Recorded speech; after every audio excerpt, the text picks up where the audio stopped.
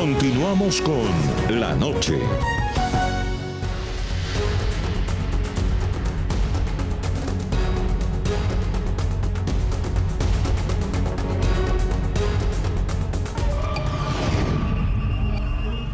En la intención de voto para la primera vuelta presidencial, la más reciente entrega de la gran encuesta muestra en el quinto lugar al candidato Germán Vargas Lleras. En la pregunta, si las elecciones a la presidencia de la República fueran mañana y se presentaran los siguientes candidatos, ¿por cuál de ellos votaría? Vargas alcanza el 6% de la intención de voto. Por delante le ganan Iván Duque, Gustavo Petro, Sergio Fajardo e incluso la intención por el voto en blanco situada en un 13%. Al compararse la intención de voto por el ex vicepresidente con las pasadas 3 mediciones de la firma Jan Haas, el candidato no repunta, por el contrario, bajó 5 puntos en 6 meses.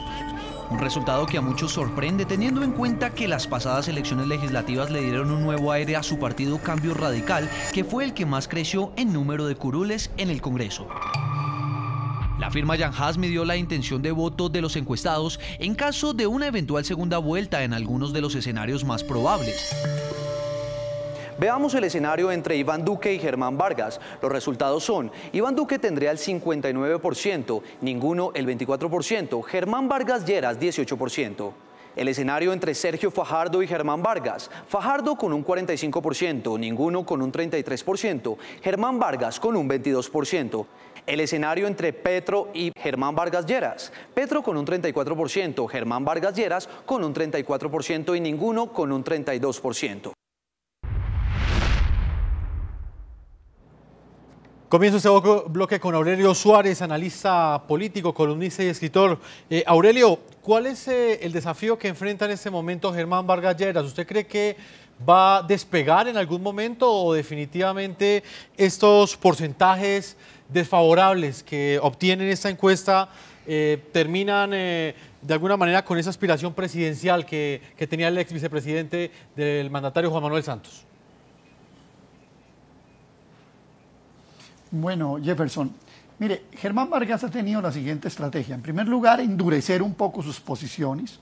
Incluso en ese marco hay que entender cómo adopta a Juan Carlos Pinzón como su fórmula vicepresidencial para tratar de, digamos, erosionarle algunos votos en esa franja que está endurecida con respecto al tema de paz, con respecto al tema de Venezuela, con respecto... Entonces, Germán Vargas se mueve allí, pero además acompañándose de una gran maquinaria electoral. Es que no se nos olvide que Germán Vargas no solamente reclutó a los Char, reclutó a los Génecos, reclutó a los Aguilar, reclutó a algunos amigos de La Guajira, Non Santos, en fin, a Jair Acuña. Entonces, Vargas hizo esa estrategia. Yo creo que esa estrategia le fracasó.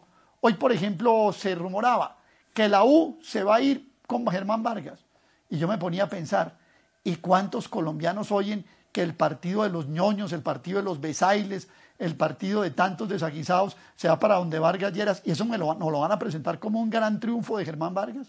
Yo creo que se equivocó totalmente en la estrategia. Incluso cuando usted adopta la maquinaria como la palanca, yo le recuerdo aquella famosa frase de Alfonso López Miquelsen en 1982 cuando intentó la reelección después del gobierno de Turbay Ayala. ¿Qué pasó con la costa? ¿Qué pasó con los políticos que estaban alineados? No les llegó para el bus, no les llegó para el refrigerio, no les llegó para los demás acicates. Y a mí me parece que Vargas se jugó una carta que a mi modo de ver, en tiempos de ahora, son mucho menos perdedores que antes. Oscar Ortiz, ¿qué opinión tiene usted? ¿Cree que el electorado está identificando a Germán Vargas Lleras con el actual presidente de Colombia, Juan Manuel Santos, teniendo en cuenta que Vargas Lleras fue vicepresidente de Santos y su fórmula vicepresidencial fue su ministro de Defensa? Lo afecta de manera muy importante, de manera negativa, porque la gente no cree, está cansada en ese gobierno y la ambigüedad, en el limbo, como en el libro de Aurelio. No solo afecta a este candidato ese cambio de posiciones en relación con el acuerdo, que lo están siendo vicepresidente y teniendo objeciones de todas maneras, votó sí. Entonces, las personas que estaban a favor del sí, del acuerdo, entonces lo vieron como tibio. y quienes estaban por el no al acuerdo también lo vieron como tibio, estaba esperando tomar posición y vuelve y lo castiga el factor coherencia y sobre todo el factor Santos le pesa mucho y desde luego entre más cercano a cada uno de los candidatos más lo afecta ese factor de manera negativa. Juan Pablo Estrada, ¿cómo entender que el pasado 11 de marzo Germán Vargas Lleras haya sido uno de los ganadores de esas elecciones congresionales, teniendo en cuenta los votos que obtuvo el histórico partido que él ha apoyado, que es Cambio Radical, y ese apoyo electoral no se vea reflejado en estas encuestas? Mire, es un fenómeno para análisis de politólogos y de expertos en marketing político. Es inexplicable lo que ocurre con Vargas, que hace un año parecía el seguro presidente de la República. Creo que allí se juntan varios errores. Un enorme negativo en su imagen, es de los temas que más se deben verificar en las encuestas, no ha tenido por dónde crecer.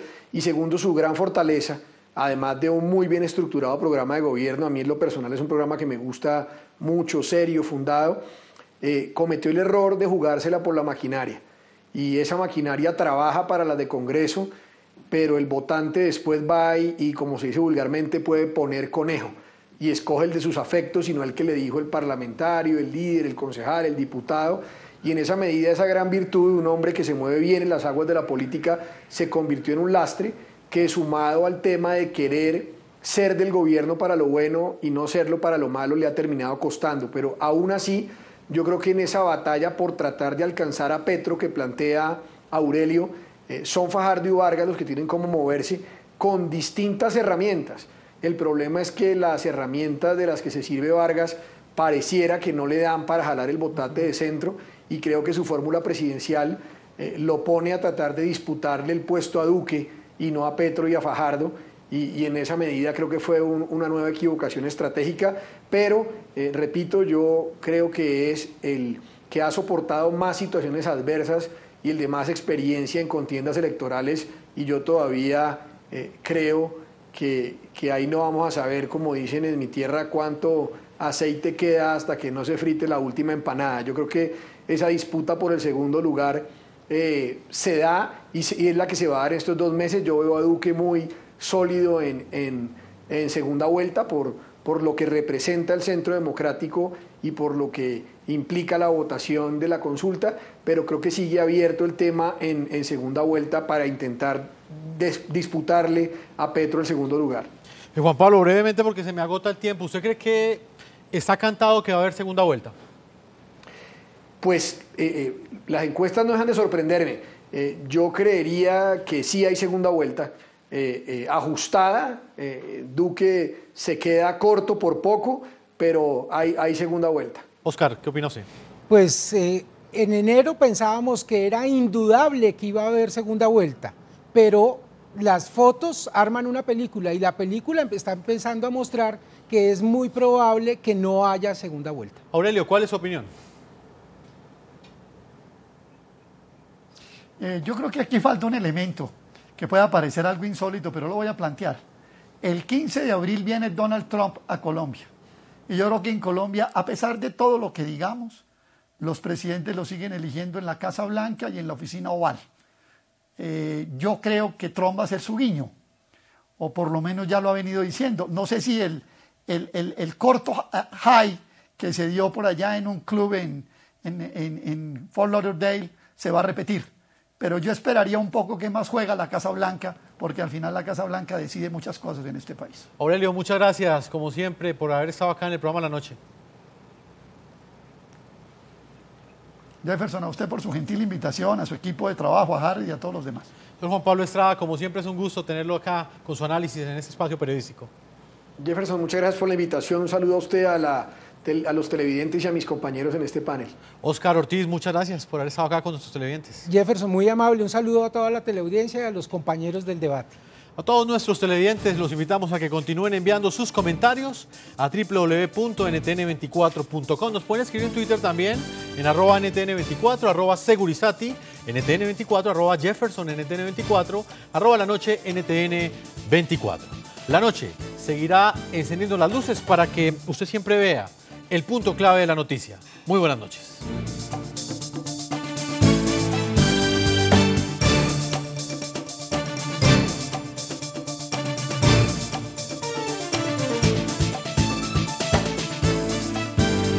Blue.